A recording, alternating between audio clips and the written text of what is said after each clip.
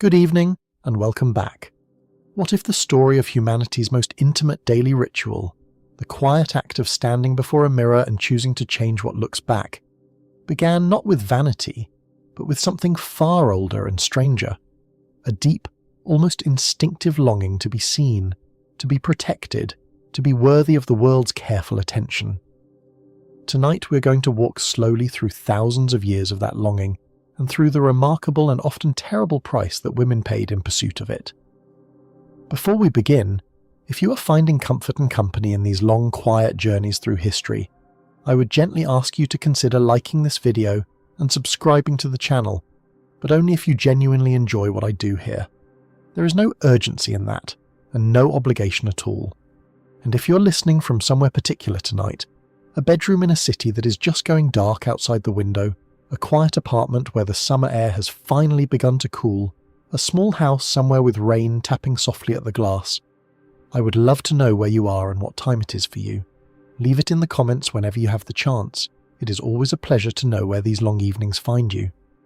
Now, if you haven't already, perhaps dim the lights a little, or turn off the overhead lamp and leave just one small warm light in the room. If you have a fan running, or some soft background sound, let that settle into the space around you. Get comfortable, let your shoulders drop, feel the weight of yourself settle gently into wherever you are lying or sitting, and let the concerns of the day begin to ease away. Tonight's journey is a long and unhurried one, and there is no reason to rush any part of it. So let us ease in together. Let us begin. Somewhere in the world right now, perhaps in a bathroom lit by a small round mirror, perhaps at a dressing table with a soft lamp casting a warm circle of light, perhaps in a brief stolen moment between the morning's earliest demands, a woman is putting on makeup. She's smoothing something pale and even over her skin, or darkening her lashes with a careful stroke, or drawing a deliberate line along the edge of her eye with the practiced steadiness of long habit. The motion is unhurried, or perhaps quick and automatic, something her hands know how to do without much direction from her mind. She's done it so many times that it has become part of the texture of an ordinary morning, as unremarkable and natural as pouring a cup of tea, as familiar as the face of the mirror itself. This ritual is repeated billions of times each day across every country, every culture, every income level, every generation. The tools change: a brush, a pencil, a small pot of colour, a tube of something cool and smooth, and the fashions shift from one era to the next, from one century to the next. But the impulse behind the gesture remains remarkably consistent across all of that time and distance. It is the impulse to present a particular face to the world, to emphasize certain features and quiet others, to signal something deliberate and chosen about who one is, or who one wishes to be seen as being. It is an act of expression and of care and of participation in the shared aesthetic language of one's time and place. It is as human as anything we do. But there is a question that runs beneath this ancient ritual, quiet and persistent, winding through at least 4,000 years of recorded human history, and it is not a comfortable question, and the answer to it is neither simple nor finished. It is a question that the evidence demands we ask, once you have seen enough of what lies behind the mirror's gentle surface, once you have followed the thread from the earliest painted faces of the ancient world through the alabaster cosmetic kits of royal tombs and the white lead pots of fashionable Roman bedrooms and the small tins of arsenic complexion wafers sold in American pharmacies in the late 19th century, and the glowing radium creams of the early 20th, and the mascaras and hair dyes and skin-whitening preparations that have carried their own hidden costs into the present day. The question is this: what if the products that women trusted most, the ones pressed closest to the skin, to the eyes, to the lips, were slowly hurting them? This is not a modern anxiety, born in the age of ingredient labels and consumer advocacy and late-night investigations by documentary journalists. It is a tragedy that has repeated itself in different forms and with different poisons across the entire span of time for which we have cosmetic evidence.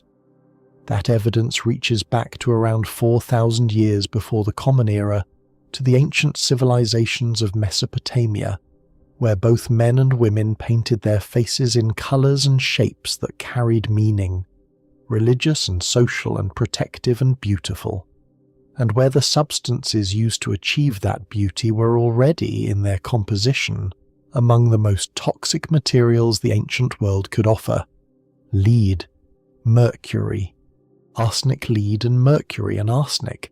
These three substances, whose properties we now associate with industrial contamination and careful handling and warning labels printed in bold on the sides of containers, were for most of recorded human history simply materials, things found in the earth, worked into useful forms by craftspeople and apothecaries and merchants who understood them well enough to mix them into pastes and powders and to sell them across counters and at markets and through the hands of travelling traders, but who did not, and in many cases could not, fully reckon with the quiet accumulation of harm that each application set in motion.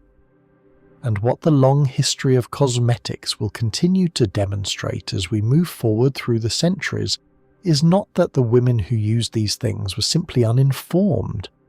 The story is both older and more layered than that. It is a story about desire and about pressure, and about the forces, social, political, commercial, and deeply personal, that made the risk feel not merely acceptable, but in many times and in many places simply invisible. Not something one weighed, simply something one did, as one rose each morning and reached for the jar on the dressing table.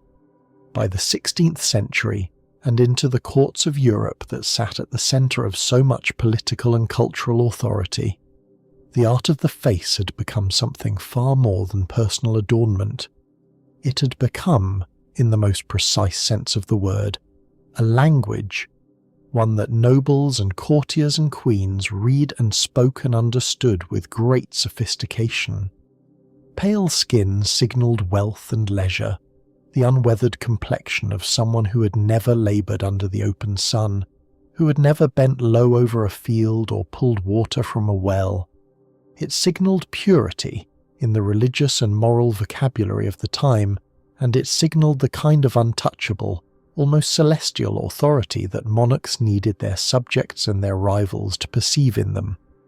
The whiter the face, the more it seemed to float above the ordinary world, to belong to a different order of being altogether.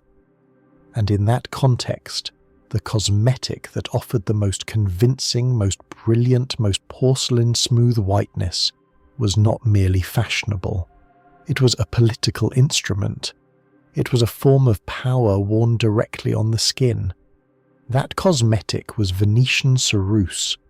It was made from white lead, ground lead ore, combined with white vinegar, and it produced a thick, smooth, extraordinarily white paste that could be applied to the face and neck and chest and dried into something approaching a mask, a surface so uniformly pale and so carefully finished that it transformed the wearer into something that seemed, in the warm and unreliable light of candles and firelight, almost luminous. Venetian ceruse became the premier skin-whitening cosmetic among the nobility of the Italian courts first, and then the French courts, and then the English court, reaching the height of its popularity and its cultural authority across the 16th century, when to appear without it at court, roughened, tanned, uneven of skin, was to appear undressed in the deepest possible sense. It was a product that Guinness World Records has since identified as the most toxic makeup ever created, a compound of highly poisonous ground white lead ore and vinegar, applied directly and liberally to the skin, day after day, year after year, by the women, and some men, who most needed to be seen as powerful and beautiful and untouchable. Commerce had made it available. Desire had made it essential. and the courts of Europe had elevated it into something that functioned almost like a uniform, a mark of belonging to the world that mattered. Among those women, perhaps no one wore it more faithfully or with more riding on its smooth white surface than Elizabeth I of England.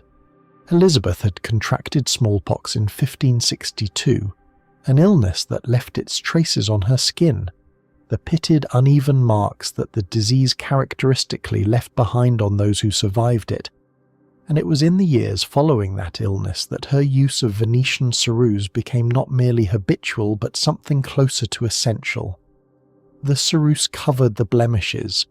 It created the smooth, porcelain surface that her reign demanded of her face, the face of the Virgin Queen, ageless and composed, a face that belonged less to a mortal woman than to a symbol, a living emblem of English authority and divine favour. She powdered her face and neck with the compound, building up a canvas of extraordinary, almost architectural whiteness, and in the portraits of her later years she appears as something precise and absolute, the face pale and finished, framed by elaborate lace, set above the jewelled authority of her gown, every detail controlled and deliberate, nothing left to chance or to the ordinary variability of a human face. What those portraits do not show, what the smooth painted surface carefully conceals, is what Venetian ceruse was doing to the skin beneath it over those decades of steady and faithful application. Lead compounds, when applied to the skin repeatedly over long periods of time, do not simply rest there on the surface, they are absorbed.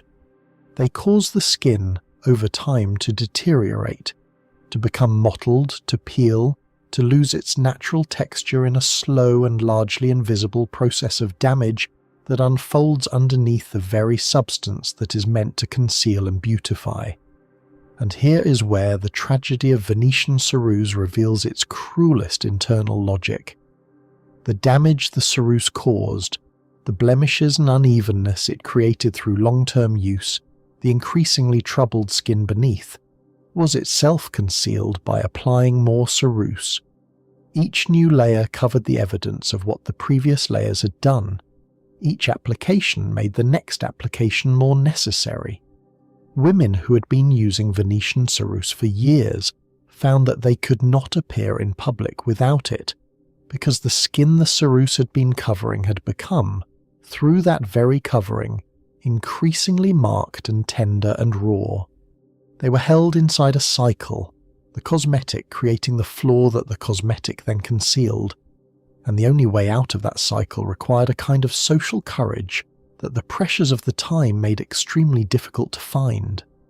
Historians and medical scholars who have examined the evidence of Elizabeth's later years have noted that she showed symptoms consistent with long-term lead exposure. Among them, the kind of erratic behaviour, the irritability, the variability of mood that were reported by those around her in the final decade of her reign. Symptoms consistent with mercury poisoning as well, memory difficulties, changes in temperament, a gradual erosion of the steadiness and precision that had marked her earlier rule. Preparations common in aristocratic households of the period contained both lead and mercury compounds, and both, absorbed through the skin day after day across many decades, accumulate in the body in ways the body cannot readily resolve. Elizabeth died in 1603, in her 69th year, and the precise causes of her decline remain a matter of ongoing historical discussion, as they always do when a monarch's final months become a question with so many interested parties. But the ceruse was there, on her face, every day of those decades. It was the first thing applied each morning and the last surface considered before a public appearance, and it had been there, building its quiet and invisible work for the better part of 40 years. What is striking, looking back at this from any comfortable distance, is not the ignorance, because it was not exactly ignorance. The properties of lead were not entirely unknown. The harm it caused had been observed and noted in other contexts, in the workers who mined and smelted it, in the men who handled it daily without protective measure. What made the Ceros different was the pressure. Elizabeth could not be seen in public with a marked or visibly aging face, not as a matter of vanity in the simple sense, but because the face of a queen was, in the 16th century, a political document, one that was read daily by courts and ambassadors and rivals for any suggestion of weakness, for any sign of mortality, for any evidence that the authority she represented was anything less than complete. Beauty was about authority rather than merely attractiveness. The flawless, pale face of Elizabeth I represented heavenly control and regal purity. To be seen as imperfect was, in some measure, to be seen as fallible, and to be seen as fallible was to invite precisely the kind of political calculation and challenge that a female monarch in that century could least afford to face. So she wore the ceruse, and she wore it, and she wore it, because she had no choice that did not cost her more than the ceruse itself.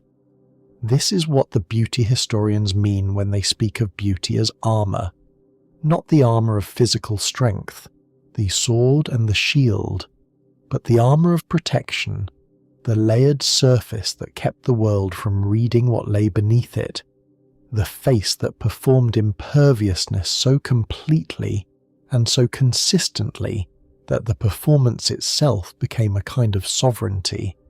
That is one way to understand what happened at the English court in the 16th century, and it is a way that returns us gently to the larger current we've been walking through, the long procession of substances that women applied to their faces because the world would not receive them otherwise, and that, in the applying, did quiet damage to the bodies underneath. Because the ceruse did not end with Elizabeth, it carried on into the next century and the century after that, and the women of the courts of France and England and the Italian city-states continued to apply their whitening compounds, and the recipes were refined and revised, but the essential ingredients, the lead, the mercury, remained. And when at last the lead began to fall away as fashion shifted and physicians began to write more openly of what they had long suspected, another metal was already waiting, one that had travelled a strange and winding path through the history of medicine, one that had been used to treat the very diseases whose visible marks the cosmetics were designed to hide.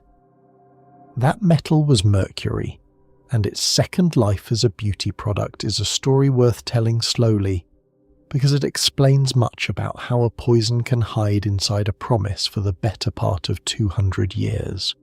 Mercury had been, for a long time, the medicine of desperation. Before the age of antibiotics, before the great pharmacological advances of the 20th century, mercury was the substance to which physicians turned when they had nothing else to offer against syphilis, that disease which had swept through Europe in the closing years of the 15th century, and which had, in the centuries that followed, taken on a kind of terrible ordinariness in the medical practice of the age. Mercuric chloride was administered in every way the medical imagination could devise.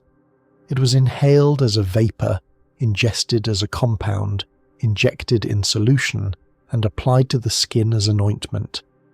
The old physicians had a saying, "A night with Venus, a lifetime with Mercury," and the saying carried its own dark humour, because the lifetime it referred to was often shortened by the very treatment. Mercury killed the disease sometimes, and it killed the patient sometimes, and often it did both slowly at once. But it was the tool at hand, and it was used, and by using it the physicians of Europe accumulated a body of practical familiarity with mercury compounds that far exceeded any real understanding of what those compounds were doing inside the human body. Out of that long medical tradition emerged a substance called ammoniated mercury, sometimes known by the older name of white precipitate, a fine white powder that was employed as a topical antiseptic, applied to skin infections and sores, and any surface complaint that the medicine of the day thought it might quiet. And it was from this respectable medical role that ammoniated mercury made its transition into the world of cosmetics, a transition that happened quietly and gradually, over decades, without a single dramatic announcement or public shift. The white powder that had been used to treat infected skin was found to have another effect. It lightened the pigmentation of the skin it touched. It faded freckles. It made dark spots pale. And in a culture that already valued whiteness as a marker of beauty, of refinement, of class and virtue, a substance that could lighten the skin was a substance that would find its market. By the closing years of the 19th century and into the first decades of the 20th, mercury-containing skin creams and freckle removers had become a substantial part of the American and European beauty trade. They were sold under gentle names, names that suggested innocence and elegance, and the small refinements of the toilette. Dr. C.H. Berry's freckle ointment was one such preparation, marketed in the early years of the 20th century to women who wished to erase the small brown flecks that summer sun had left on their cheeks and noses and shoulders, and which the fashion of the age regarded as a disfigurement to be corrected. Berry's freckle ointment contained zinc oxide, which was harmless enough, and ammoniated mercury, which was not. The mercury content of that ointment was measured at 11%. 11% of the substance women were spreading, sometimes daily, into the tender skin around their eyes and along their cheekbones. And Berry's was not unusual. It was one product in a crowded marketplace of similar products.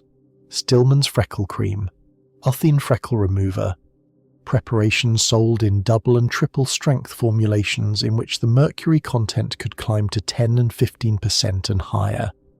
Milk of roses, snow white enamel, flake white.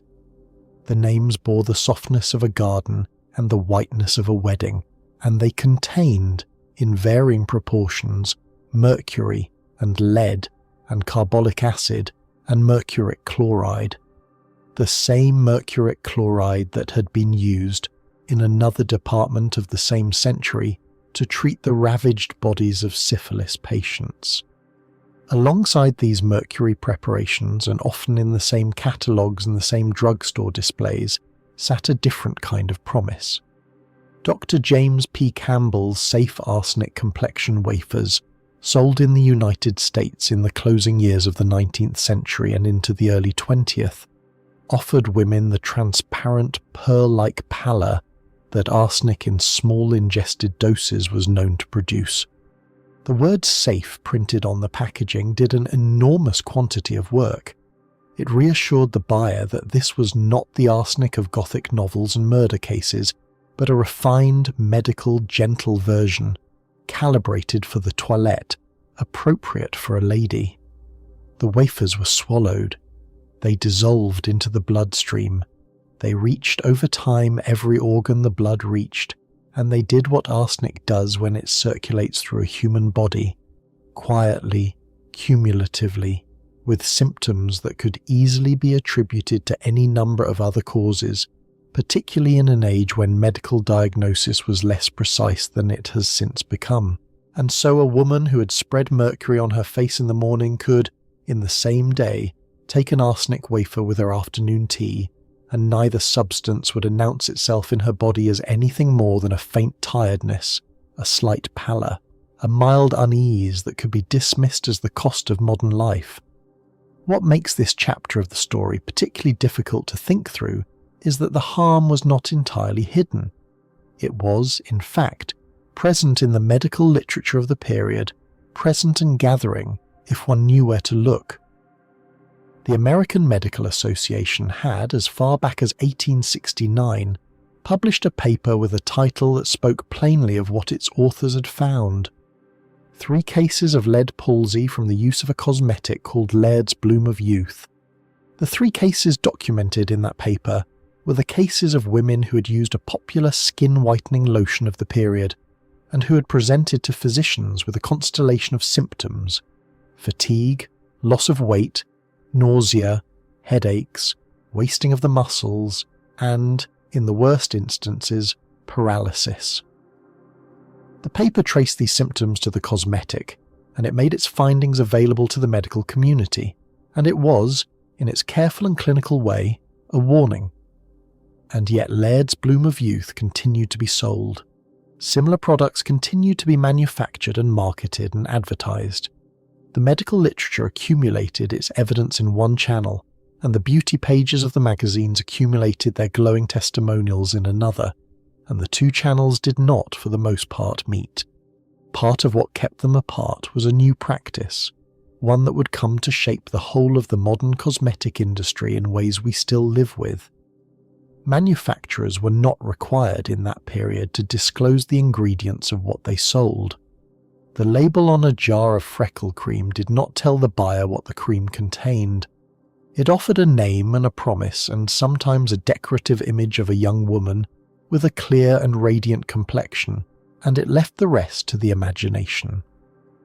A woman who applied Berry's freckle ointment to her cheeks had no way of knowing that she was applying an 11% solution of ammoniated mercury. A woman who took Dr. Campbell's safe arsenic complexion wafers had only the word safe and the doctor's name to guide her sense of what she was placing in her body. The obscuring of ingredients was not an accident. It was a business practice, and it was one that served the manufacturers well because it kept the accumulating medical concerns of the era from reaching the buying public in any form the public could act upon. What a woman did not know she was using, she could not decide, on medical grounds, to stop using.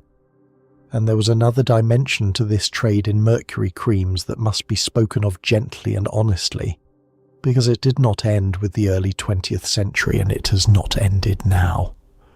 The great engine of the freckle removers and the skin lighteners was the cultural equation of pale skin with beauty, and of pale skin with virtue and status and belonging, and this equation was not confined to any single population. The creams were marketed and sold and used in every part of the world that European commerce reached, and they were used in particular by women who lived under systems that made the colour of their skin a matter of their access to work, to education, to social respect, to marriageability. What began as a European court fashion for pallor spread outward into a global trade in skin-lightening products, and that trade has continued, in various forms and under various brand names, through every decade since. The mercury compounds that Berry's and Stillman's and their competitors sold in the drugstores of the American Midwest in 1910 have descendants that are still, in some parts of the world, being sold today. The class and racial architecture of what the eye is taught to prefer, and of what the market then supplies, is one of the longer threads running through this entire history, and it is a thread that runs, unbroken, from the Ceres pot at Whitehall to the shelves of a chemist in 20th century New York and onward. What mercury did to the women who used these creams over the long span of years unfolded quietly. Mercury is absorbed through the skin. Once inside the body, it does not depart in any hurry. It gathers in the kidneys, where it interferes with the fine chemistry of filtration. It gathers in the nervous system, where it disrupts the passage of the delicate signals by which the body knows itself. The symptoms of chronic mercury poisoning, as they were documented in the medical literature of the period, were symptoms that a woman might easily attribute to age, to nerves, to the difficulties of her particular life. Tremors of the hand, mild at first, a slight difficulty holding a teacup or writing a letter with the old steadiness. Memory losses that came and went, small things, the name of a familiar visitor, the errand one had set out to run. Changes in mood, a gradual loosening of teeth, in severe and prolonged cases, kidney failure, dementia in the closing years. None of these symptoms carried the mercury cream's name upon them. They wore the name of getting older, or of a delicate constitution, or of the small and diffuse troubles that were the ordinary weather of a woman's later life. And the cream sat in its little jar on the dressing table, and it was reapplied each morning, and its label did not name what it contained. The regulatory system, such as it was, took a long time to catch up with what the medical evidence had been showing for decades. It was not until 1938 that the United States passed the Federal Food, Drug and Cosmetic Act, and even then the enforcement of what that act permitted was gradual, unfolding across the following decade. By the 1940s, the Food and Drug Administration had begun to move against the mercury freckle creams, reducing the permitted mercury content to 5% or less, and in some cases seizing and destroying batches of products that exceeded what the new rules would allow. But 5% is still a very great deal of mercury to apply to the face, and the rules addressed only what was sold openly in the American market, not what continued to be manufactured and sold in less regulated parts of the world. The story of mercury in cosmetics was slowed by the 1938 Act. It was not ended. While the mercury creams were doing their quiet work in the drugstores, another substance had entered the beauty trade with a very different kind of publicity. It arrived not with the softness of milk of roses, but with the excitement of a scientific age, with the sparkle of laboratories and the language of energy and vitality, and it arrived because a discovery made at the very end of the 19th century had captured the imagination of the whole industrial world in a way that few discoveries have ever managed. Radium had been isolated by Marie and Pierre Curie in the closing years of the 1890s, and in the years that followed, its properties has been publicized with such enthusiasm that radium, in the popular mind, became less a rare and dangerous element than a kind of shining tonic, a fountain of youth that had at last been reduced to its essential substance and could now be added, in careful quantities, to whatever product wished to claim its association. The 1920s were the great decade of the radium craze. Radium was added to water, to bread, to chocolate, to toothpaste, to tonics that promised vigour and long life. It was added to face creams, and this is where our story finds it. In London, a company called Radia began, from about 1917 onward, to market a range of cosmetics that contained measurable quantities of radium. The Radia line was extensive. It included a night cream, a rouge, a compact powder, a vanishing cream, a talcum powder, a hair tonic, a skin soap, and a set of small pads that could be strapped to the face, to the forehead, and the area beneath the chin, so that the radium could do its supposed work while the wearer slept or went about her indoor day. Each Radia product carried the promise that it contained, in the wording of the advertisements, a definite quantity of actual radium, the capital letters conveying the seriousness of the claim, the word actual serving to distinguish, in the buyer's mind, this genuine radium from any imitation that a less scrupulous manufacturer might offer. Radia was carried by the great London retailers. It was sold at Boots and at Harrods and at Selfridges, at Whiteley's and at Marshall and Snellgrove's, in the elegant departments where a woman of the middle and upper classes would go to select her personal cosmetics. It sold well. In France, a slightly later, and perhaps even more remarkable enterprise took shape. In 1932, a French pharmacist named Alexis Moussaly developed a beauty cream that contained thorium chloride and radium bromide, and he brought this cream to market under the name Thoradia, a name that combined the two radioactive elements it carried and that spoke, in its clean and modern syllables, of the laboratory rather than the boudoir. Moussaly associated himself with a medical doctor named Alfred Curie, whose surname carried, whether by intention or by coincidence, the resonance of the great Curies who had discovered radium in the first place, though this Alfred Curie was not related to Marie and Pierre in any traceable way. The Thoradia brand was registered in November of 1932 and launched in Paris in that same year, expanding into the rest of France the following year. The range grew to include creams and toothpastes and soaps. A laboratory analysis conducted at Colombes in the summer of 1932 certified that 100 grams of the Thoradia cream contained just under a quarter of a microgram of radium bromide, A small quantity by the measures of industrial exposure, but a quantity that was nonetheless radioactive, and that was being spread upon the faces of women who purchased the cream in the belief that they were doing something scientifically advanced and rejuvenating. Though radio was sold exclusively through pharmacies, which lent it the respectability of the medical profession, its advertisements promised the toning and strengthening of the tissues of the skin, the elimination of fat, and the removal of wrinkles, and it named its principal active ingredient plainly, radium bromide, because in the culture of the moment naming radium bromide was not a warning but a selling point. The brand continued to include radium and thorium in its formulations until 1937, at which point the French government tightened its regulations on radioactive substances, limiting their use to medical prescription and requiring that products containing them be labelled with the words poison or toxic in red, so that the buyer might know what she was handling. From 1937 onward, the Thoradia line was reformulated without its original radioactive ingredients, though the brand itself continued in various forms until 1968. The name outlived the danger, but the years in which the danger was actually in the jar had left their record in the tissues of the women who had used those creams.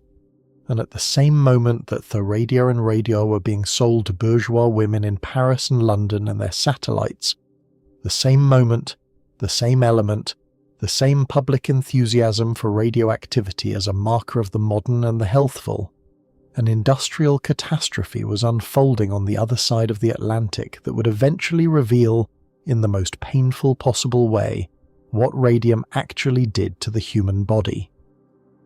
The United States Radium Corporation, whose plant in Orange, New Jersey had opened in 1917, was contracted during the First World War to manufacture instrument dials that were painted with self-luminous radium-based paint.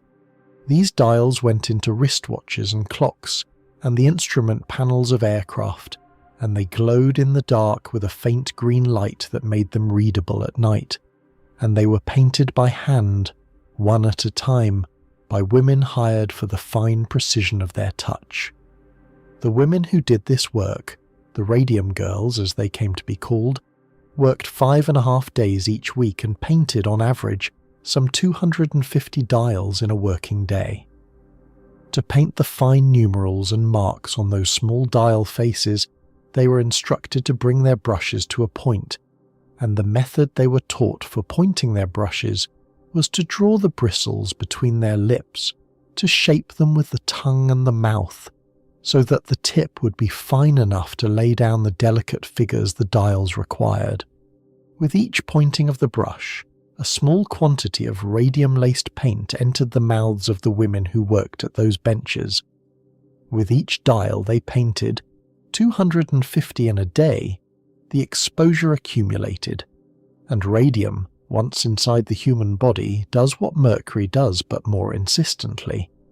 It settles into the bones, because chemically it resembles calcium, and the body treats it as calcium and lays it down in the skeleton, where it remains, and where it emits, from within the bone itself, a steady radiation that damages the surrounding tissue day after day, year after year, for as long as the person lives. The women of the New Jersey plant began, some of them within a few years of taking the work, to develop a range of terrible symptoms: the loosening and loss of their teeth, the softening and breaking of their jaws, anemias, tumours, and in many cases death, sometimes within a few years, sometimes over a longer span of quiet decline. The class architecture of this whole moment is what one has to sit with. The same element that was being sold, at a substantial price, in small elegant jars at Harrods and Selfridges to the wives and daughters of the London professional classes, was being handled without protection in far larger quantities by working-class women in a New Jersey factory who had no idea that the paint they were pointing on their lips was anything other than an ordinary industrial material. The radium was, chemically speaking, the same in both places. What differed was the arrangement of society around it. The bourgeois woman who applied her Theradia cream believed she was participating in a modern and refined form of self-care, and she was doing so in her own bathroom, at a dosage the manufacturers had at least tried to calibrate, however wrongly, toward benefit. The factory worker who painted her dials was participating in the same fascination with radium, but on the other side of it, she was the labour that made the glow possible, and she paid for that glow in her bones and her jaw, and eventually in her life.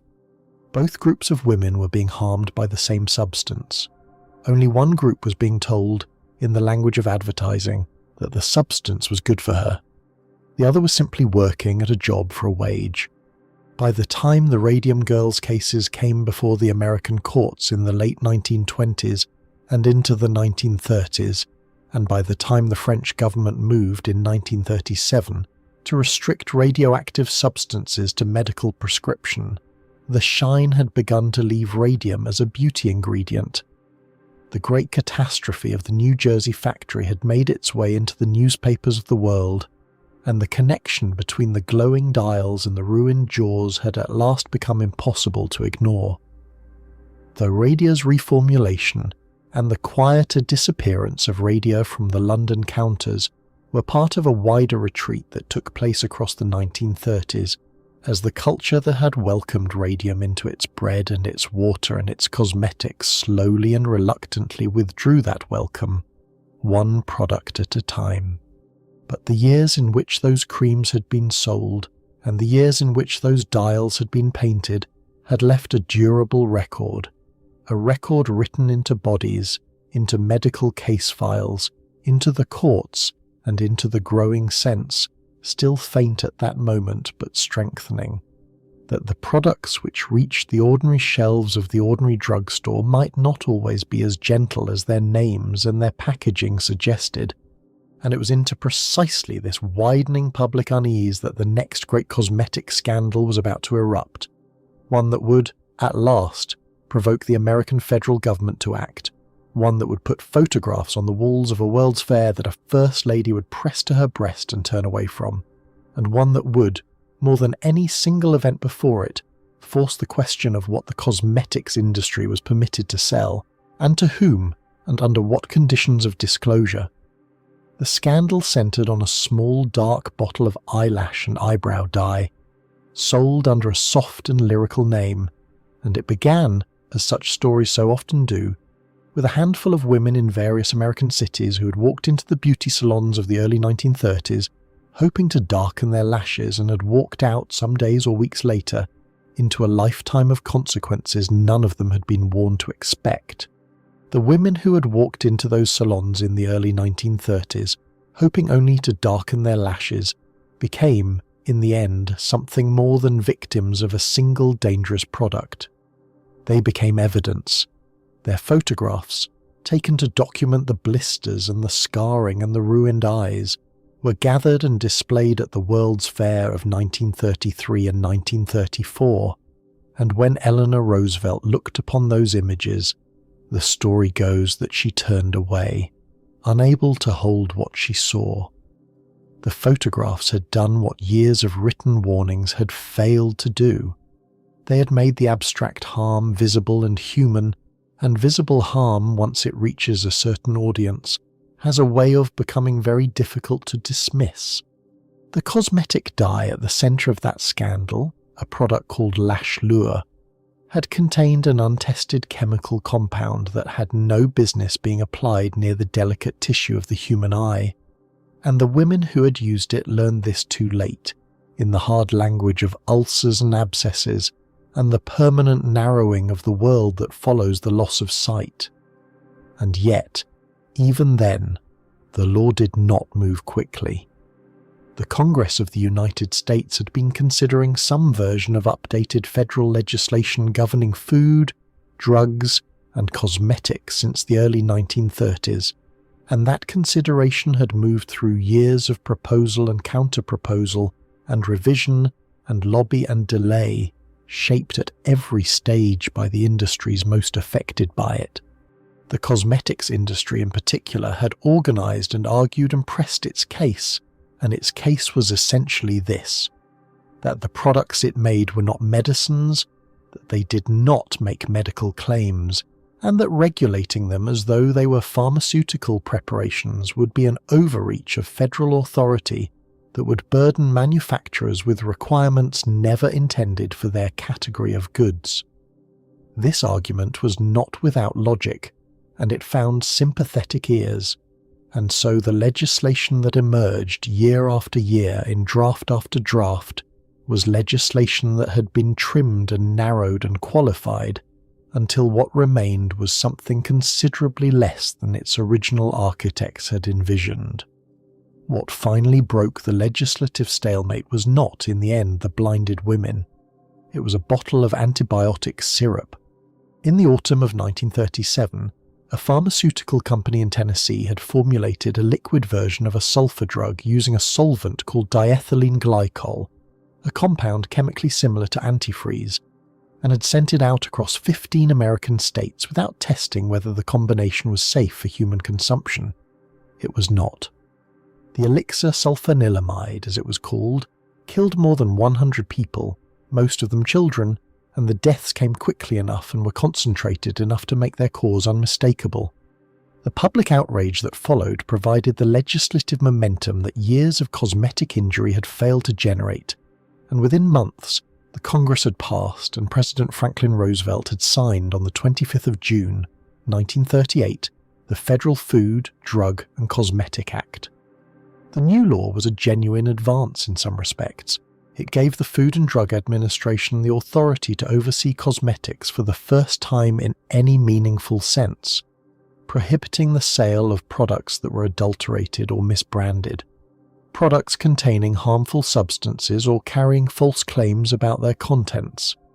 It was, on its face, a statement that the federal government had accepted some responsibility for what reached the American consumer's skin and eyes and hair. And for the pharmaceutical side of the industry, the law was genuinely transformative, requiring for the first time that drug manufacturers demonstrate the safety of a new product before it could go to market. But when it came to cosmetics specifically, the law that emerged from those years of negotiation and compromise was, in the words of those who have studied it most closely, a document of notable thinness. Of the hundreds of pages that constituted the full Federal Food, Drug and Cosmetic Act, only 2 were given over to cosmetics. 2 pages to govern an industry whose products were applied daily, in combinations and quantities, and for durations that no one had systematically studied, to the faces and hands and scalps of millions of American women. The law prohibited what was obviously dangerous and what could be proven to be mislabeled, but it required nothing of manufacturers before their products reached the shelf. There was no requirement to test a new formula for safety before selling it. There was no requirement to list every ingredient on the package. There was no requirement to submit formulations to any federal authority for review or approval. A cosmetic company could develop a new product, fill jars with it, label it with whatever poetic name its marketing department devised, place it on drugstore shelves across the country, and wait. Wait to see whether anyone was harmed, and wait to see whether harm, if it came, could be proven to be the product's fault. The FDA, under this structure, could act after harm had already occurred. It could remove a product that had demonstrably injured consumers if it could gather sufficient evidence, and if the injury could be traced back to a specific ingredient, and if that ingredient could be shown to be dangerous rather than simply unpleasant. What it could not do, and what the 1938 law deliberately did not give it the power to do, was to stand at the gate before a product entered the market and ask, in a systematic and enforceable way, whether that product was safe. The law had been built around a reactive model, a model in which the burden of proof lay not with the manufacturer seeking to sell a product, but with the regulator seeking to remove one, and so the structural gap that had allowed Venetian Sarusan arsenic complexion wafers and mercury freckle cream and radium face cream to reach women's hands without meaningful scrutiny was not, in 1938, closed. It was formalized. It was given a legal shape and a legislative name and was entered into the books as protection. The cosmetics industry did not keep entirely still in the decades that followed. Trade associations and voluntary safety programs and internal review committees all emerged, and many individual manufacturers genuinely invested in safety research and took steps to avoid the most obviously harmful formulations. But these efforts were voluntary, and voluntary systems are by definition governed by the willingness of participants to comply, and willingness has a way of flexing in response to cost and competitive pressure. The fundamental asymmetry of the 1938 law, in which the manufacturer decided what was safe and the regulator bore the burden of proving otherwise, remained intact decade after decade as the industry itself changed in ways that the law's authors could not have anticipated.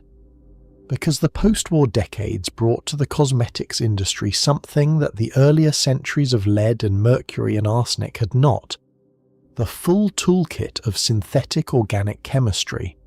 The laboratories that had spent the war years developing plastics and solvents and preservatives and stabilizers turned their attention, when the war was over, to the business of everyday consumer goods, and the cosmetics industry absorbed those developments eagerly and quickly. The number of chemical compounds available to formulators multiplied. Products became more complex, more shelf-stable, more varied in their textures and their effects and their price points. A woman in 1955 applying her morning makeup was working with a palette of ingredients that had no precedent in any earlier era of the industry's history. Ingredients synthesized within the past decade or two from chemical families whose long-term biological effects on the human body had not been studied in any systematic or sustained way, and the law that governed what those ingredients were allowed to be and in what concentrations and under what conditions of disclosure was still, in its essential architecture, the 2 pages that had been negotiated into existence under the pressure of 2 crises, a blinded woman and a poisoned syrup, in the late 1930s. This is the situation that a number of environmental health researchers have spent the last several decades trying to document and describe, and their work has produced findings that are patient and methodical and, when read carefully, quietly alarming. Among the chemicals that have drawn the most sustained attention are a family of compounds called phthalates, which are used to help fragrance adhere to skin and to give nail polish its flexibility, and which appear in hairspray and in the catch-all ingredient designation of fragrance on countless product labels, almost never named explicitly because fragrance formulas are protected as trade secrets. Phthalates are endocrine-disrupting compounds, meaning that they interact with the body's hormonal systems in ways that do not require large doses or long exposures to produce measurable effects. They can be absorbed through the skin, and they accumulate in the body in detectable quantities after ordinary daily use. Then there are parabens, which are preservatives added to lotions and creams and foundations to prevent microbial growth and extend shelf life, and which have been found in studies to mimic estrogen in ways that researchers have linked to breast cancer risk. And there are the fragrance compounds more broadly, which function as a kind of regulatory gap within the larger regulatory gap.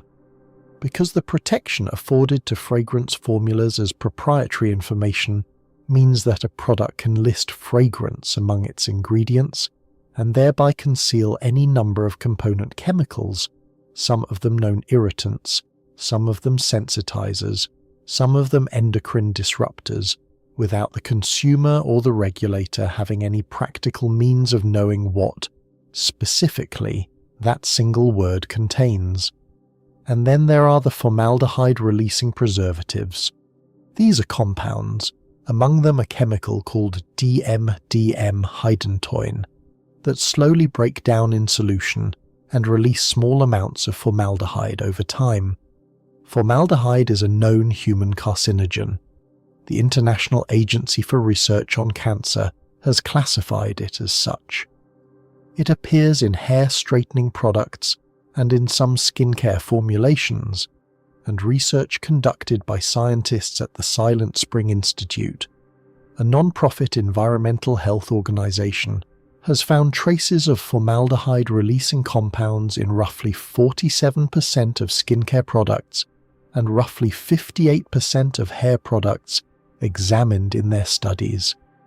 Dr. Robin Dodson, an exposure scientist at the Institute, has spent years documenting the chemical burden that ordinary cosmetic use places on the human body, and her findings describe a landscape that is both diffuse and persistent, not the acute visible harm of a caustic lash dye, but a steady low-level accumulation of compounds with known biological activity, absorbed across years of daily use, deposited in the blood and the urine and the adipose tissue of women who have no particular reason to know that their morning routine carries any chemical consequence at all. What has emerged from biomonitoring research, the branch of environmental health science that measures actual chemical levels in human bodies rather than estimating exposure from product ingredients, is a picture of daily cosmetic use as a source of measurable biological change. Researchers at the University of California, Berkeley, working under Kim Harley, the Associate Director of the Center for Environmental Research and Children's Health, conducted a study with 100 Latina teenagers, the health and environmental research on makeup of Salinas adolescents, known as the Hermosa study. In that study, participants first used their normal products and then switched to formulations designed to minimize the presence of phthalates, parabens and triclosan, a compound used in antibacterial products. The researchers measured chemical levels in the teenagers' urine before the switch and after. Within 3 days of switching to lower chemical products, the levels of these compounds in the participants' bodies had dropped significantly, a finding that demonstrated, with a directness that is rare in environmental health research, that ordinary daily product use was the source of those chemicals' presence in the body, and that reducing that use produced a rapid and measurable response. The PFAS family of compounds, per- and polyfluoroalkyl substances, sometimes called forever chemicals because of their resistance to biological and environmental breakdown, has been detected in longwear foundations and in other cosmetic products designed for durability and water resistance.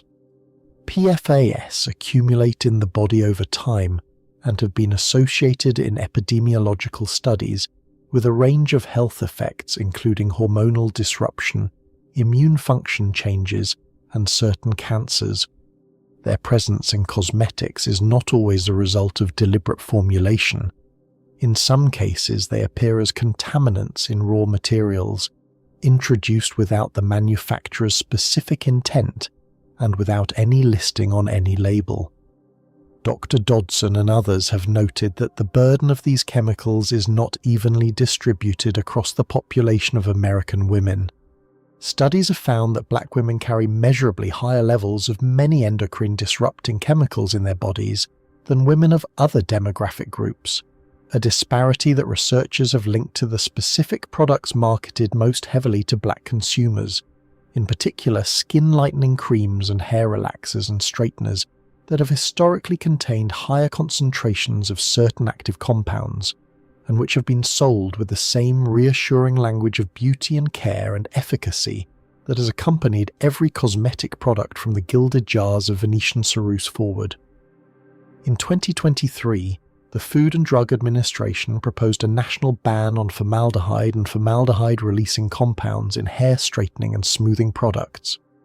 As of the time of this telling, that proposed ban has not yet been enacted into final rule.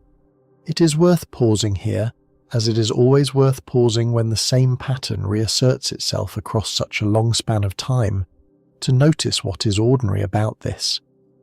The women using these products in the present day are not, in the main, women who've been deceived by implausible claims or who've ignored obvious warnings.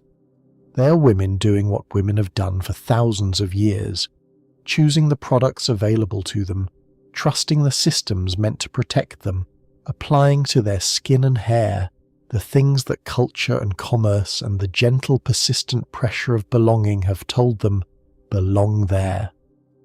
The products sit on the shelves of every drugstore in America. They're sold by the largest and most recognizable brands in the world. They carry no warning that distinguishes them from perfectly inert goods. The information that would allow a consumer to make a truly informed choice about what chemicals she is introducing into her body is not, in most cases, on the label, because the law does not require it to be, and because the law has not required it to be since 1938, and because the industry that benefits from that gap has spent the intervening decades, as it spent the decade before 1938, resisting the closing of it. What this means in practical human terms can be traced, with care, through several documented patterns of harm that researchers and physicians, and in some cases, the legal system have worked to make visible. Skin lightening creams have been tested and retested by the FDA and by international health authorities since at least 2019, and the results of that testing have consistently found products on the market, sold in beauty supply stores and in international grocery chains and online, containing levels of mercury far above any safe threshold, some of them with mercury concentrations high enough to cause acute toxicity, in addition to the chronic harm that accumulates over months and years of ordinary use.